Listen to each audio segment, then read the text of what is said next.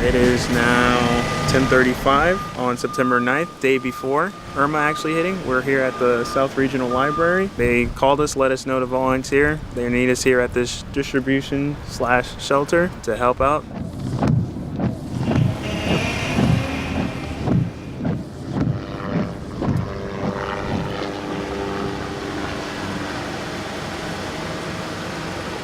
We know what a difficult time this is. Your Emergency Operations Center is fully activated, working very, very hard, and will continue to work around the clock to address this particular hurricane threat. Collier hotline, how may I help you?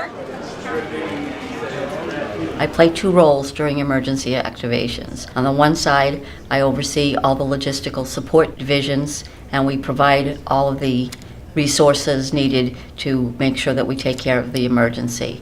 The second role is to oversee the emergency hotline. The hotline is staffed by county staff who are trained with all the pertinent, up-to-date information, and we field as many as 7,000 to 10,000 calls sometimes a day, depending on the emergency, providing somebody live and in person to talk to help reassure the public, give them the information they need, and answer any questions that they might have. Collier County Hotline, can I help you?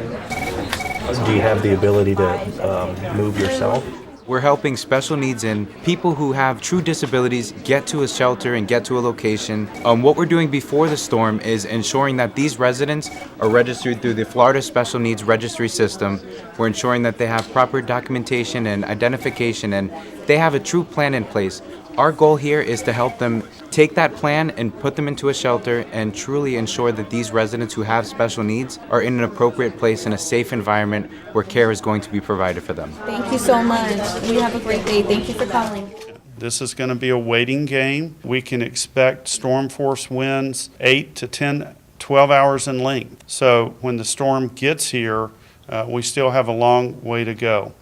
Be patient, okay, and understand that we may have a lot of damage to address. We may have a lot of infrastructure to work on. So in this recovery period is going to take an awful lot of patience as we go in, do these assessments, making sure that we can start getting back to normal in some semblance. Stand by, let me know. I'll get either the engineers or the deco guys down there to unload it for you. So our role with the Florida National Guard liaison, we're with CERT, which is the State Emergency Response Team. We're here to basically track any request that Collier County puts in and follow up with that. We're providing shelter support. All day today we've been manning shelters. We've got 6 shelters throughout the county. We're planning on riding out the storm here with the citizens of the county and posturing for future operations, security, and any of the governor's needs. We prepared for IRMA as we would with any natural disaster, basically taking all of our equipment and staging it appropriately, making sure that we have all of our hazardous materials out of our hazmat sites. As IRMA approached, we ensured the safety of our staff. We collected the essential staff here in the EOC. We sent other staff to safe environments where we knew that they could still operate.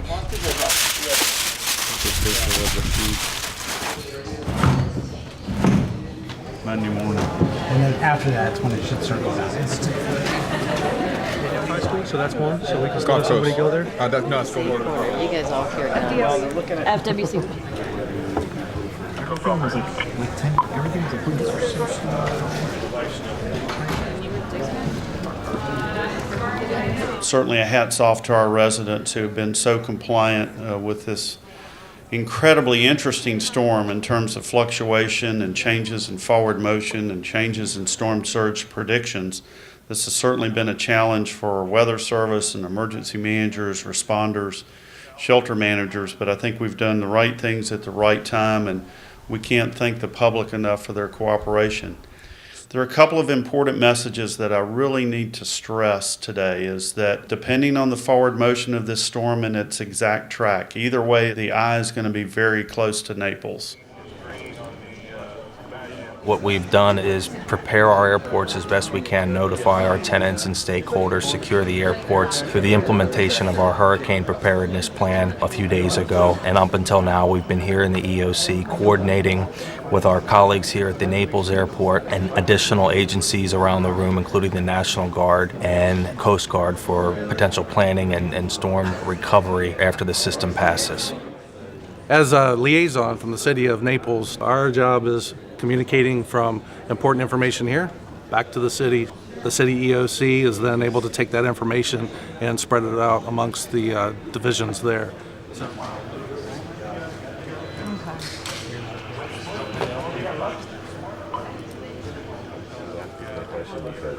All right, John, did you see that? Our main mission the first couple of days was to get all the people that are on oxygen or electrical devices, to get them registered and to get them to our special needs shelter. We have a team of about 10 people here in the EOC. Also, we have 91 staff over at the special needs shelter that are monitoring and maintaining as best as possible. There are 422 people with special needs at the shelter, and their family members are there. Currently, we are working on any type of health issues that may be happening in the area, coordinating getting supplies and sending it to our shelters. After the storm comes through, we'll start working on making sure that everybody is well and gets the transportation back to their homes, and that we clear out our special needs shelter. And any type of public health events that come up, we'll get that information about post-storm, about water, septic tanks, and all those various public health issues. Here at DOC, we're managing the Traffic Operations Center. We're managing the traffic. We're looking at intersections that are both live and those that have now been affected by IRMA. We notice, we know, and we try to repair these areas and ensure that the traffic, again, the signals are all live in those intersections in which we need to go out and make repairs to.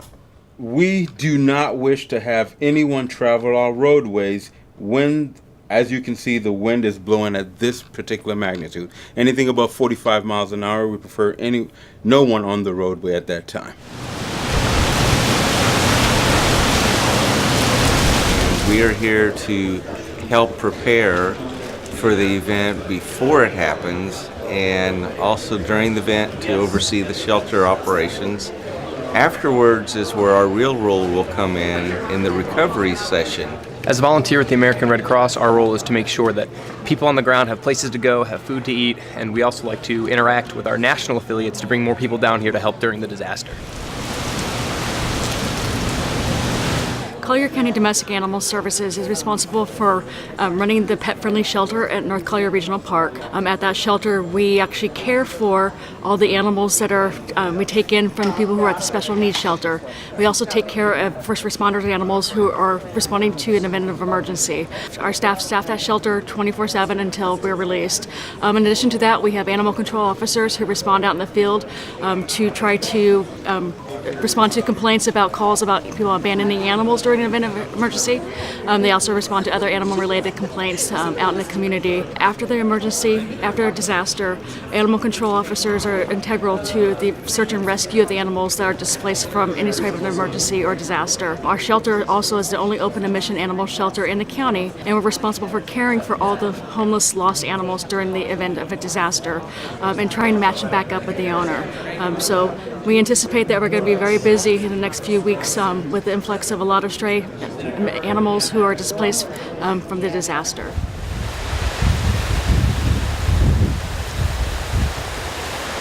We've laid in our food supplies before the event.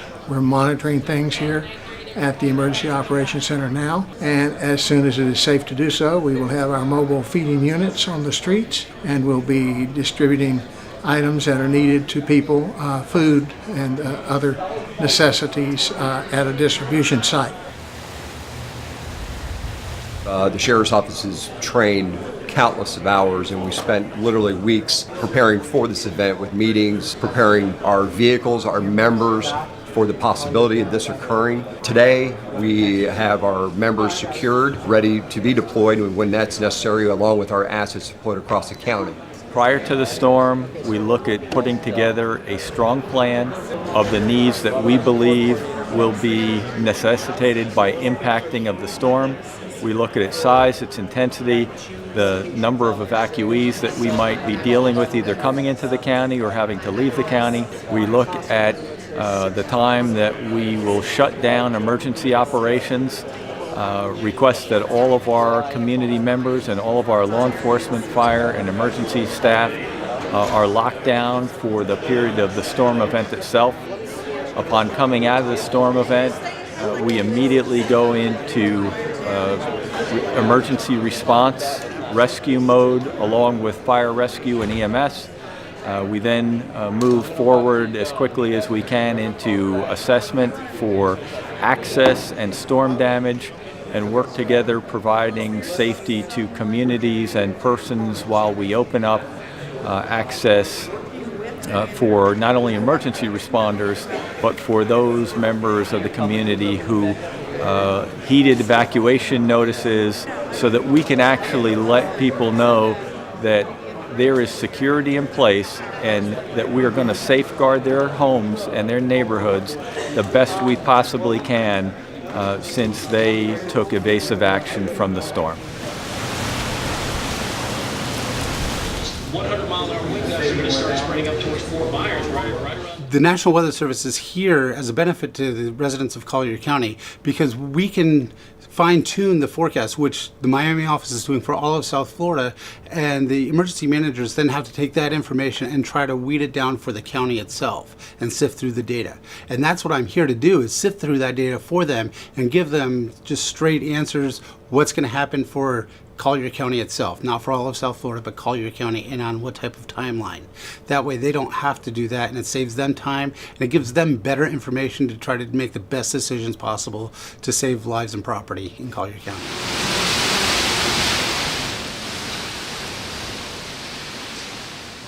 Earlier it was at 6, then it went at 8, and now it's at 12 miles an hour, going north. Just remember, we want to celebrate success a little bit too. The hurricane flags are back over there on the back corner, sign them. And sign them soon, because we're going to put them up on the flagpole.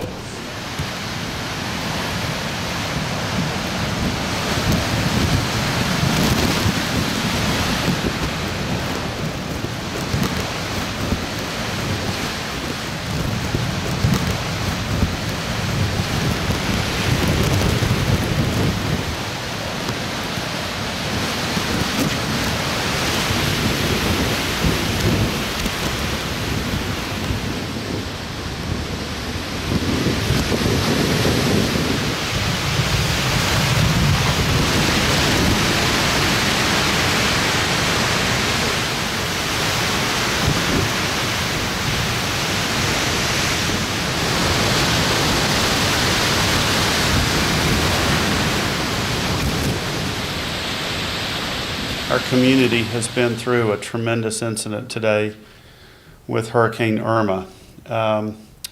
We are working incredibly hard in the EOC.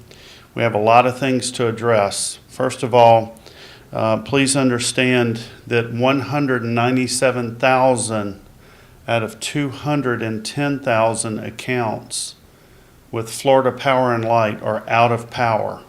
Those served by Lee Co-op Power have 35,500 accounts without power. A lot of work is ahead of us, and there's very little work that can be done tonight. We want to continue to stress to residents that are in shelters, do not leave where you are staying tonight to go and inspect your property. You're much better off where you are than to attempt to leave your location and drive somewhere where the power is out. There's substantial debris on the roadways. That includes stop signs, traffic signals, power poles, signal masts, and heavy debris on the roadway. One more time, rising water. The curfew is in effect. The boil water notice conditions. We're working very, very hard to address these issues. Listen to local radio and television for information. We're continuing to put an enormous amount of information on social media, and stay put. Shelters will remain open. There will be no rush to move you out of a shelter tomorrow. We will reevaluate the situation. 911, what's the address to your emergency? Okay. You haven't heard from your mom? Okay, yes ma'am. There's a lot of people calling for welfare checks right now because of the hurricane. What's your mom's address? Okay. Okay, what's your name? Collier County has pulled through really well through this, and our call center, we've pulled through and we've worked as a team, and we're getting the job done here in Collier. This is the aftermath. We're trying to get the roads cleared, the wastewater lines up and running, the water plants up and running. And as soon as we can get that, along with the electricity, we can get on the road to recovery. Hi, all of us here at FPL are working very closely at the EOC with everybody working to try to get the lights on just as quickly as possible. The largest storm in the history of the state has hit us, and here in Collier County we have about 210,000 customers, all of whom were impacted. We're not going to stop until we get the power back on for everybody. Currently, the solid waste team is working in conjunction with our debris monitoring contractor to assess damage, to report the need of the community, and to try to open the neighborhoods as fast and quickly as possible.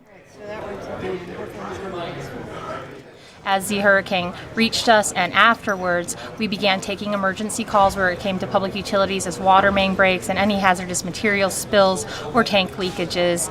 And now as the collection of debris began, we're going to be out there with push teams collecting debris from sites so that other emergency vehicles can go to the sites and repair water mains or line breaks with the electricity. Collier County was very well prepared during this powerful hurricane, Hurricane Irma. Before Irma arrived, we were inundated with calls regarding mandatory evacuation and sheltering. During the hurricane, we received a large volume of calls regarding the weather conditions and sheltering, as we advised the citizens to shelter in. The Hurricane Hotline team showed a great patience, compassion, and dedication while they supported the community. CAT is up and running. We've got several routes that are going through town to those roads that are accessible to the public. We're shuttling people from the shelters to their homes or to essential services. And we're also, with our paratransit system, providing service from their homes or from the shelters to dialysis treatments. Currently, we are setting up a large major command post we use for the fire, Davis and Collier. It'll be a unified command post. As you can see, this is the main staging area for Collier County. All the equipment, supplies, and personnel must report in here first. We have boats from Texas, Arkansas, Florida Fish and Wildlife, West Palm Beach, Jupiter. All these resources come here, and we're able to distribute them out to the community. Our number one goal at the Collier County Sheriff's Office is to preserve and protect the lives of our citizens. And we do that by planning. In addition to planning, we knew we had a storm surge coming in. We were able to locate our assets in different locations of the county. Now, luckily, we didn't have to use them because we dodged a big bullet by not getting the storm surge that we thought we were going to get. But we'd much rather be more prepared than be caught off guard.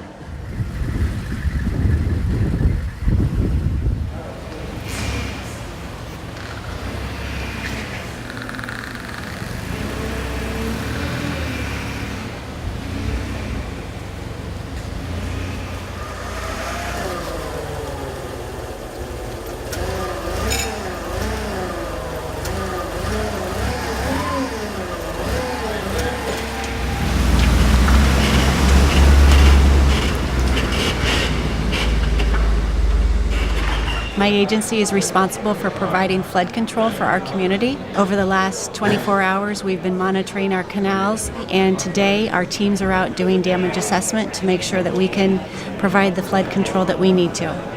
One of the applications that we use here at the call center is Gas Buddy. It's a tracker system, and it gives us a graphical opportunity to see all the gas stations that have gas available in Naples. So we get many, many calls regarding where is gas available. We go to the app, we immediately tell them exactly what the gas station is, what the street is, and what the status is. So it's updated. We update it frequently. The information is current. The citizens update it themselves when they get the information, so it's always relatively current, and it's a valuable tool that many people enjoy.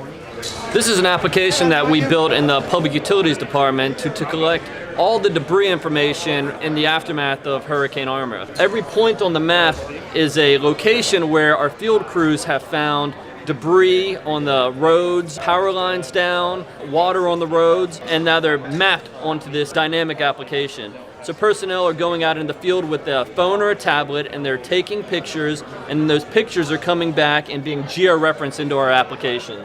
So far we've collected over 400 plus points, and then this information will be distributed to our consultants and contractors to go out and do cleanup operations. Okay, so what we have here is a map that our GIS department put together. This one is showing road debris in its current status. Green indicating that the road is cleared, yellow partially cleared, anything in blue, according to the legend down here, shows that has water over it. And on the other side is our generator equipment fuel level. The green indicating fuel level is full, yellow it's above 50 or unknown, red means it needs fuel, and anything in orange is indicating that fuel is on the way. We're here with Public Utilities Department, and what we're doing is we're sending out pump trucks to all the different wells to clean up all of our wastewater situation that's going on because of Hurricane Irma. We're going to be here all night from 6 p.m. to 6 a.m. just making sure that we're taking care of Collier County.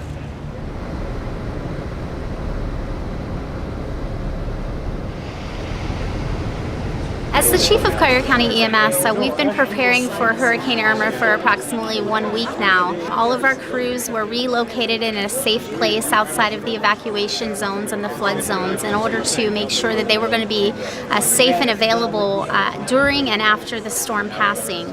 During the storm, we were logging 911 calls that came in, assisting as many people as we could before the winds picked up. After the storm, we were able to get out and navigate safely through communities to answer the 911 calls. Guardian Angel Ambulance Services came down from Pittsburgh, Pennsylvania to help out with EMS. Darcy, you're good with your folks coming in? The Humane Society of the United States has been instrumental in helping us get animals here out of our shelter. We left yesterday to head down here today so we can transport 30 dogs and approximately 20 cats back to Chattanooga, Tennessee, all in an effort to help this area with obviously with the animal situation and obviously the situation from the hurricane. They were able to arrange for us to send 15 dogs up to Sarasota County, and they also arranged for 10 rabbits and 20 cats to go to Broward Humane Society over on the East Coast. We're so thankful for that. That's allowing us to get more space available here in our shelter for all the animals we're receiving in here every day. This is the U.S. Army Corps of Engineers Right of Entry, ROE, sign-up station here for Collier County to help the folks locally here within the county that need assistance covering their damaged rooftop from Hurricane Irma. We're here signing folks up for us to go out to assess the damage and hopefully get a contractor on site to provide coverage so further damage won't be sustained on their property.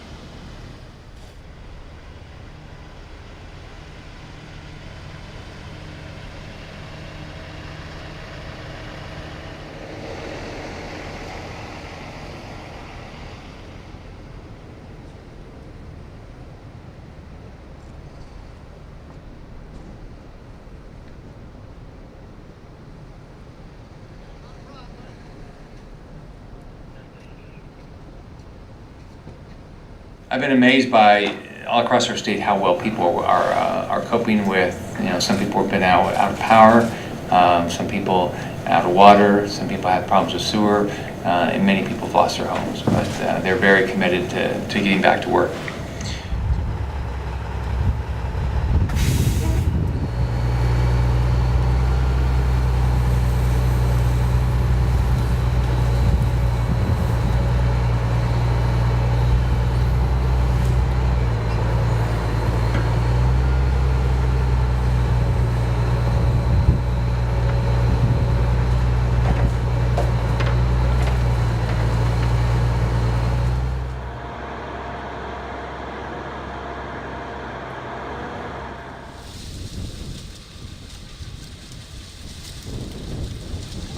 We sure appreciate this. We live down on German Woods Court, and it's a big help to get some of that stuff out because I know it's going to be a month away before they get the big street cleared out, but this has been a big help, and the county, the people out there have been super to us. So we sure appreciate this spot, and I hope everybody knows that it's here.